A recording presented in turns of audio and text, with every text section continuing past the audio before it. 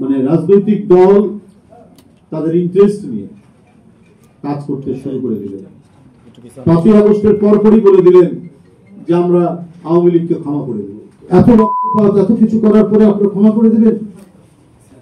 এই তখন থেকেই বোঝা গেল যে একটা কোথাও গভীর একটা বোঝাপড়া আছে।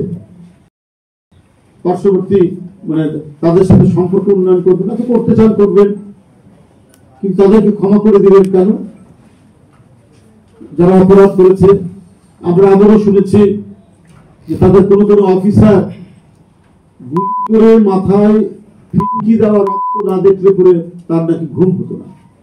আয়না ঘর থেকে শুরু করে বিভিন্ন যে মানে নির্যাতনের ছবি আমরা প্রতিদিন দেখছি এবং যে কাহিনী, লোমহর্ষক কাহিনীগুলো শুনছি, তাতে অপরাধীদের বিচার হবে না? ক্ষমা করে দিবেন?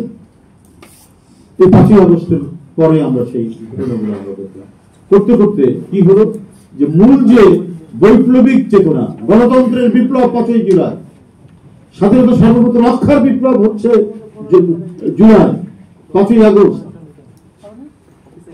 মানুষের মত প্রকাশের স্বাধীনতার দিবস হচ্ছে 5ই আগস্ট।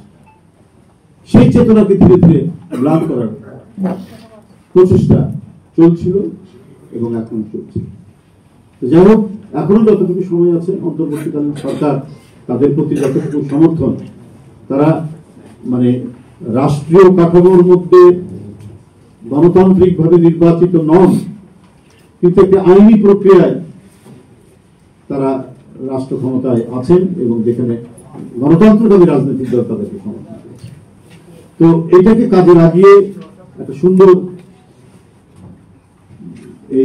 এই অন্তর্বর্তীকালীন সময়ের একটা সুন্দর ব্যবস্থা বা দিক নির্দেশনা দিয়ে যেতে পারতেন ডক্টর ইউনূস সাহেবের সরকার, কিন্তু প্রতিদিন আমরা দেখছি আইন শৃঙ্খলা পরিস্থিতির অবনতি।